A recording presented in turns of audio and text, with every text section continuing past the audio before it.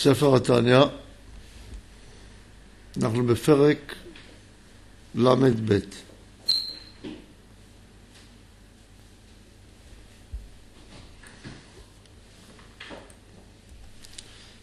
בפרק הקודם למדנו שלאדם לצעוק אל השם בתפילתו כדי להוציא את נפשו ממסגר, מהגלות הנורא. היות והגוף המשוקץ שם את נשמתו של האדם בבית כלא, כמעין כלא, צריך לצאת מבית הכלא הזה ולפדות את נפשו. וצריך להשיב את בת המלך, שהיא הנשמה למלך, לדבקות במלך. ואם היא לא באה לדבקות במלך, אז הוא טועה והוא שם אותה בגלות. היציאה ממצרים עד מתן תורה הייתה בחופזה. מכיוון שהרע שבנפשות ישראל עדיין היה בתוקפו בחלל השמאלי של הלב.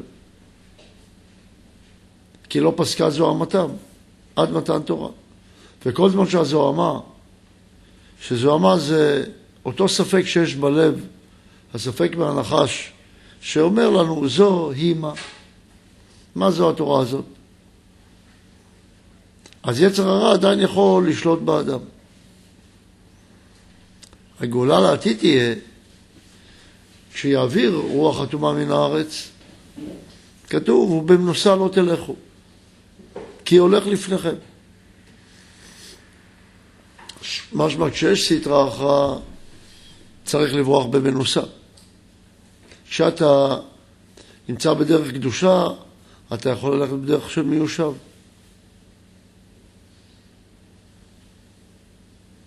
אם כל כך רע, והנשמה נמצאת בכזה בית כלא, שואל, אז למה הוריד את הנשמה לגוף? תשובה, כדי לעבוד במחשבה, דיבור ומעשה, בדרך התורה והמצוות, כך שנוכל להחזיר את הנפש הבהמית להיות דבוקה בנפש השכלית, האלוקית. וזאת צריכה להיות מגמתו של האדם. כאשר יצליח, אז עליו נאמר, פיקודי השם משמחים לב. זה מה שלמדנו בשיעור הקודם. פרק ל"ב. והנה על ידי קיום הדברים הנזכרים לעיל. איזה? שני דברים עיקריים מביא כאן. להיות גופו נבזה ונמאס בעיניו. רק שמחתו תהיה שמחת הנפש לבדה. משמע שלא כל שמחה היא רצויה.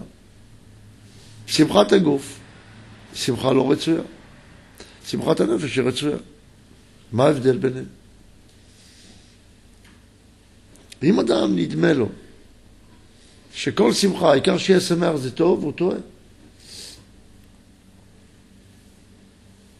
אומר, הרי זו דרך ישרה וקלה לבוא לידי קיום המצוות.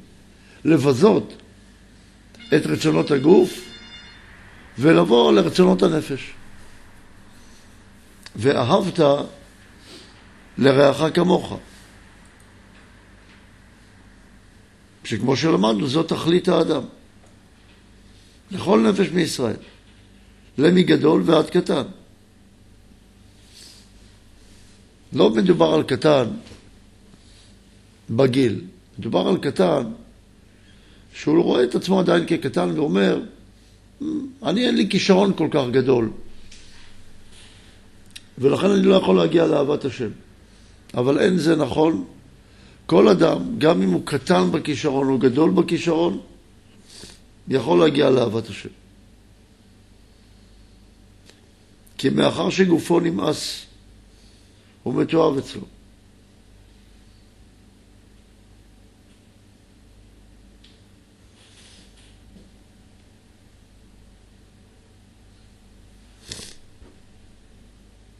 והנפש והרוח, מי יודע?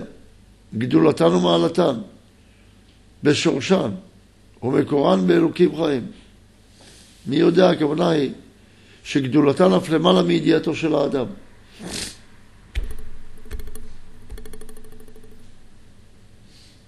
אז הוא מראה את שתי הקצוות.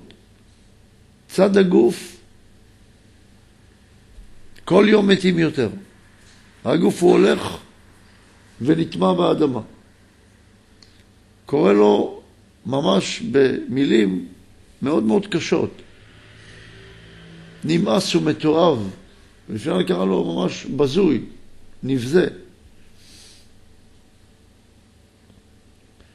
ואת הגדולה של הנפש, נפש חלק אלוקא ממעל.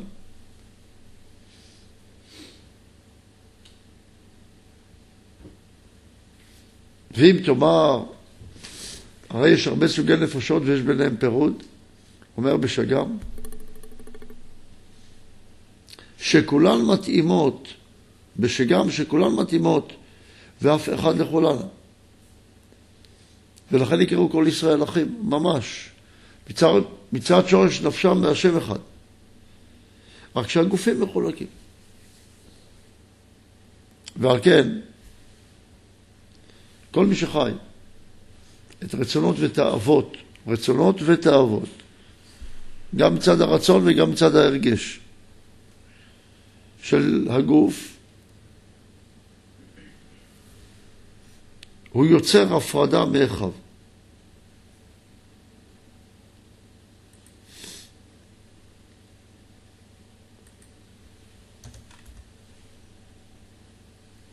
אולם אם רצונות אלו משתלבים, או נאמר את זה ככה בשאלה, אם כך יאמר אדם, אסור לאכול, אסור לשתות, אסור לישון, אסור לטייל, את כל הרצונות של הגוף לא אעשה. אומר לא כך. אם הרצון של הגוף בטל ומשרת את הנפש, אז הוא קטן מתבטל בפני גדול, והוא רק שליח של הגדול. אז הם לא מפריעים והם יכולים אפילו לסייע.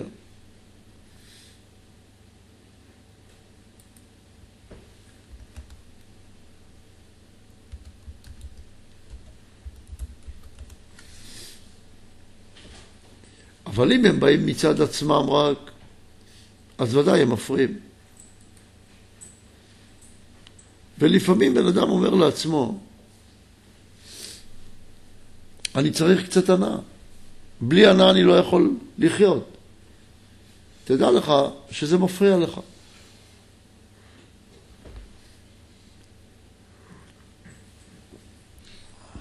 ולכן העושים גופם עיקר.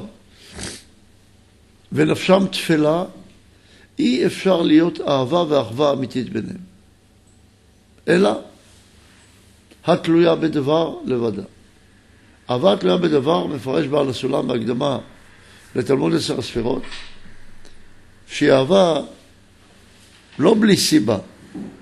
לא אהבה אינה תלויה בדבר, היא אהבה בלי סיבה. אלא אהבה תלויה בדבר. היא אהבה שתלויה ברצון לקבל. אם אני אקבל מזה שכר, או לא אקבל מזה שכר. אבל האהבה צריכה להיות כזו, שאינה תלויה ברצון לקבל.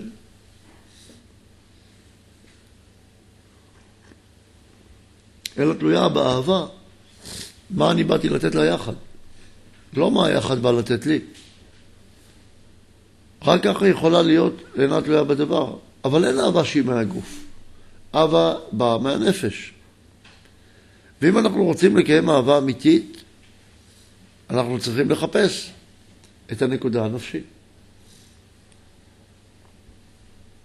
וזהו שאמר הלל הזקן על קיום מצווה זו של ואהבת לרעך כמוך. מה אמר?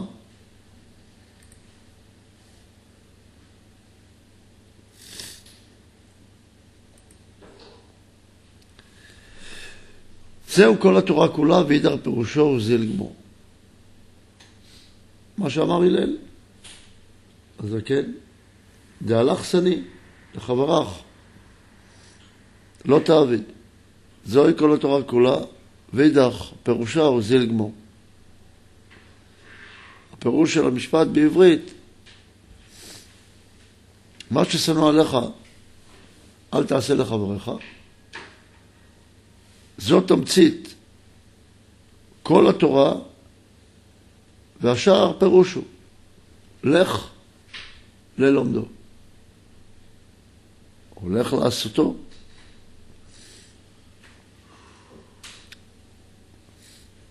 איך אנחנו מבינים שזה ככה מהרש"א? הוא מפרש שם שהדבר נלמד במצוות ואהבת לרעך כמוך. המהרש"א היה מגדולי האחרונים, נדמה לי שהוא חי בסביבות 1600. רבי שמואל אליעזר הלוי איידליס, כך פירש שם. אבל זה פירוש שכבר התקבל גם בהרבה מקומות, שזה על דרך השלילה, גם בעל הסולם מפרש כך. שזה מצוות ואהבת לרעך כמוך. כי יסוד ושורש כל התורה הוא להגביה ולהעלות הנפש על הגוף מעלה מעלה עד עיקרה ושורשה דכל עלמין. ומהו השורש? השורש הוא האלוקים עצמו. ברגע שכל אחד מתחבר לאביו שבשמיים, כולם מחוברים. אז מה הבעיה של לחבר את הגוף לאבינו שלו בשמיים? והגוף לא בא מהבורא. הרצון של הגוף הוא בא מהאפר, והאפר והדומם הוא דבר המפריד. ולכן מי שמדבק את עצמו בנפש יוצר אחדות ואהבה, ומי שמדבק את עצמו בגוף יוצר שנאה.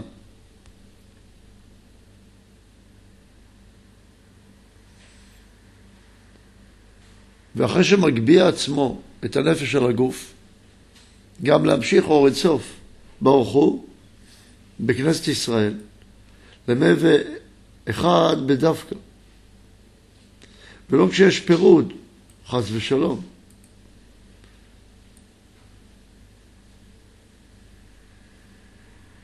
בנשמות.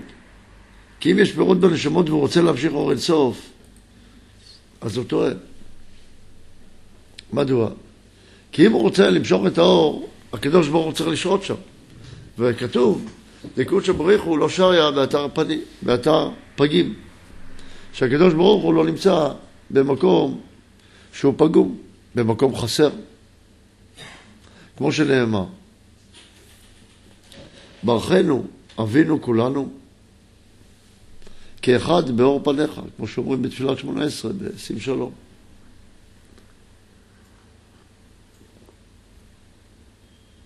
כמו שנתבהר, מה הכוונה, מה הדגש פה? הדגש פה כאחד. ברכנו אבינו כולנו באור פניך. למה כאחד באור פניך? אלא, כאחד הכוונה היא שרק כשאנחנו כאחד, אז אנחנו יכולים לקבל את אור פניך. אבל אם אין לנו כאחד, אין אנחנו יכולים לקבל את אור פניך.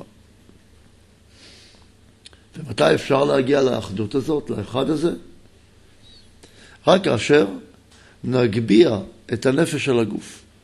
כי הנפש היא זו המאחדת, והגוף הוא זה המפריד.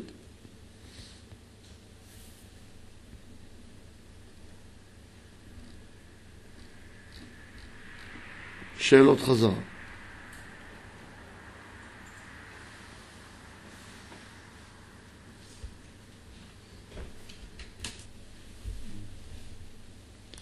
אלו בית דברים עיקריים מזכיר בפרק ל"ב, שהם המהווים דרך ישרה וקלה לבוא לידי קיום מצוות ואהבת לרעך כמוך.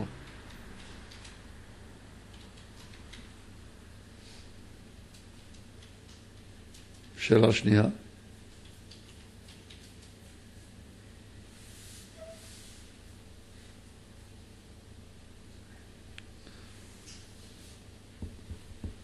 הסבר ותן דוגמאות. מהו ששמחתו תהיה שמחת הנפש לבדה.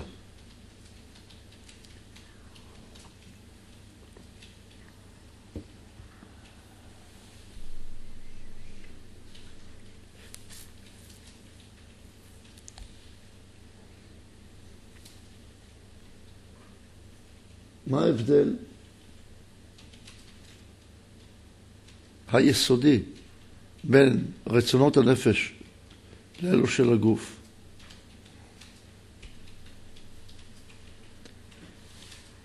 ובמה נקראים כל ישראל אחים? ומה מחלקם? ומדוע?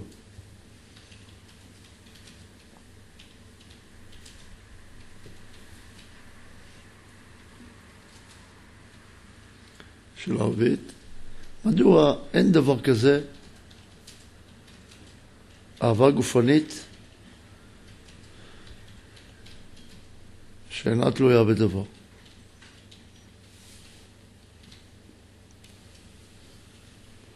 שאלה חמישית.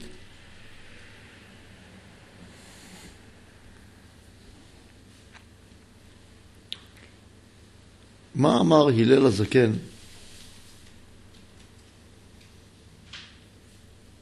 על קיום מצוות ואהבת לרעך כמוך?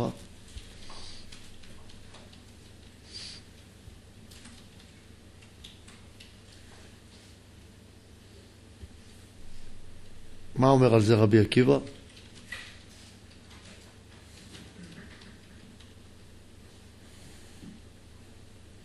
מה אומר על זה בעל הסולם?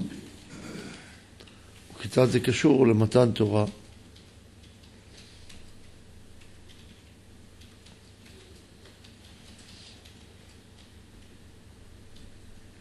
שאלה שישית. מה הדגש במילה כאחד באומרנו בסוף תפילת 18, ברכנו אבינו כולנו כאחד באור פניך? עד כאן היום, תודה רבה.